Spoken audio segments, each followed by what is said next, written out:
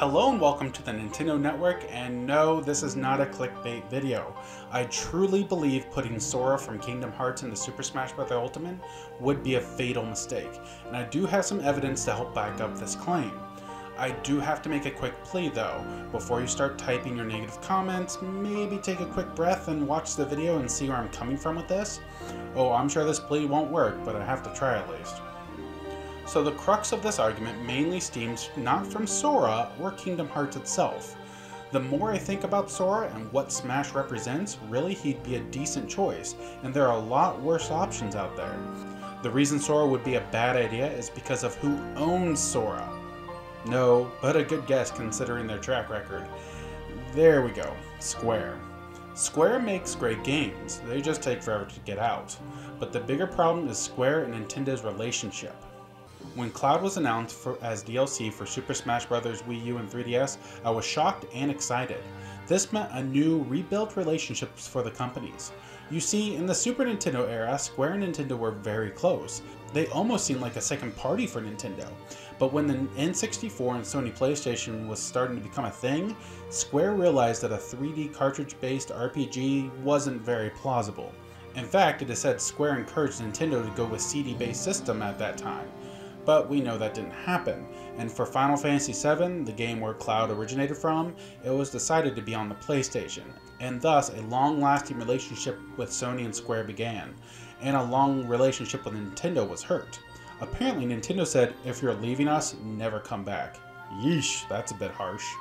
Luckily, management at Nintendo has changed a lot since the Nintendo 64 era, and as mentioned before, the relationship between the two companies seemed to be strong again. I mean, porting over a ton of Final Fantasy games to the Switch is a heck of a start. But then Super Smash Bros. Ultimate came out, and I honestly began to question if that relationship had truly mended. I gave the lack of anything for Cloud and Smash for Wii U a pass, as he was just DLC, and the other DLC fighters didn't get a whole lot more than he did. But let's compare and contrast with the two other third-party DLC characters from Smash Wii U, Ryu and Bayonetta, and how they were represented in Smash Ultimate alongside Cloud. So, in Smash for Wii U, they all got one new stage. Ryu got 6 songs to go along with that stage, with 2 of them being new remixes. Bayonetta got 11 songs to help represent her stage, with 2 new remixes as well.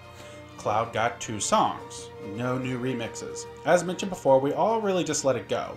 They were DLC characters, and Cloud only having 2 is not that big a deal at that point. Now let's jump forward to Smash Ultimate.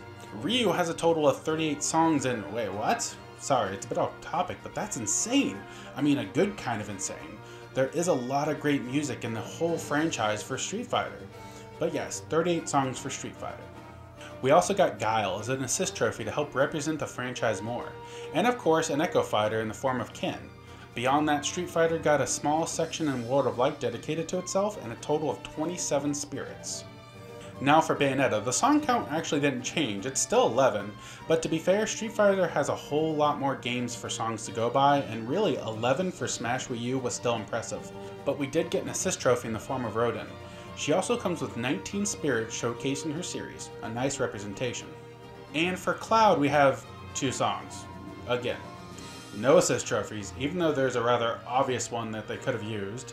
Now to add insult to injury, the amount of spirits Final Fantasy got was 2.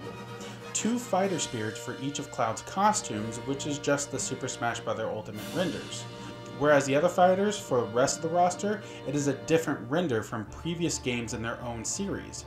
Yes, there's a Geno spirit and a Mallow spirit, so 4 for Square. This is pretty much the bare minimum that could have been done.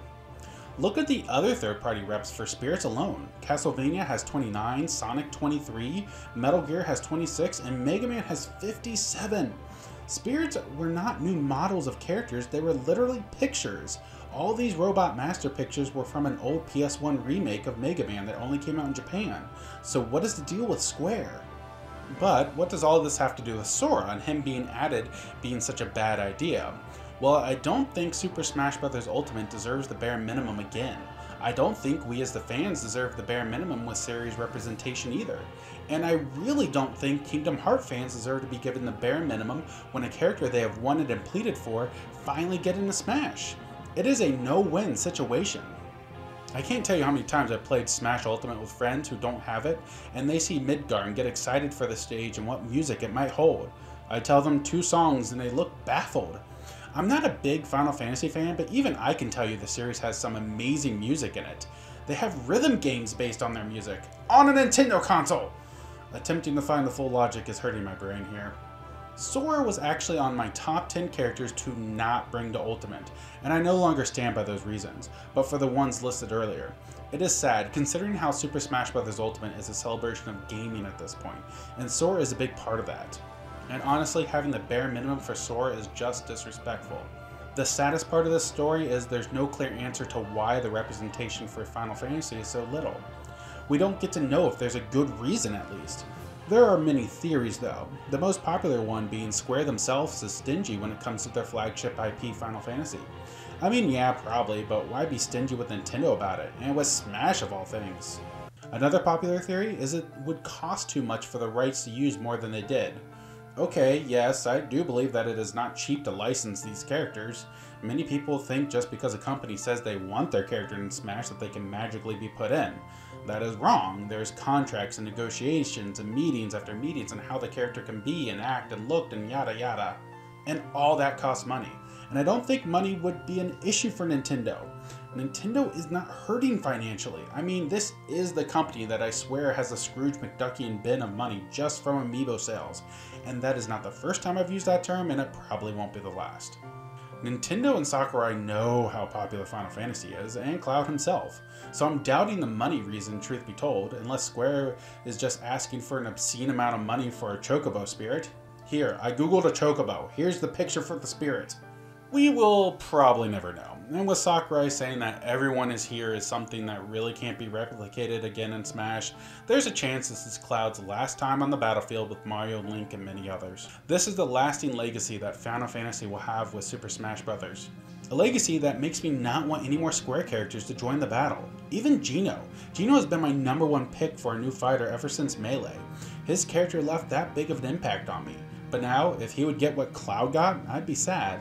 There are a lot of great songs in Mario RPG that could be perfect for Smash. And the same can be said about Sora. Kingdom Hearts is a very, very important game to many people. The story, the characters, the worlds, they have left an impact on their lives. You can see that by the amount of love Kingdom Hearts 3 has been getting. I may not be a huge fan of the franchise, probably mostly from the lack of access to the games being a Nintendo fanboy, but I have played the first game and the GBA card game as well. I see why people love this franchise. I just believe the game, the franchise, and the fans deserve much more than the bare minimum like Cloud got. And that is why I think Sora in Super Smash Bros. Ultimate would be a fatal mistake. Thank you for joining me here at the Nintendo Network. If you like this, make sure to hit that like and subscribe button to get more content. Now, if you'll excuse me, even though I feel I've presented my case properly, I'm preparing for the worst with the comments.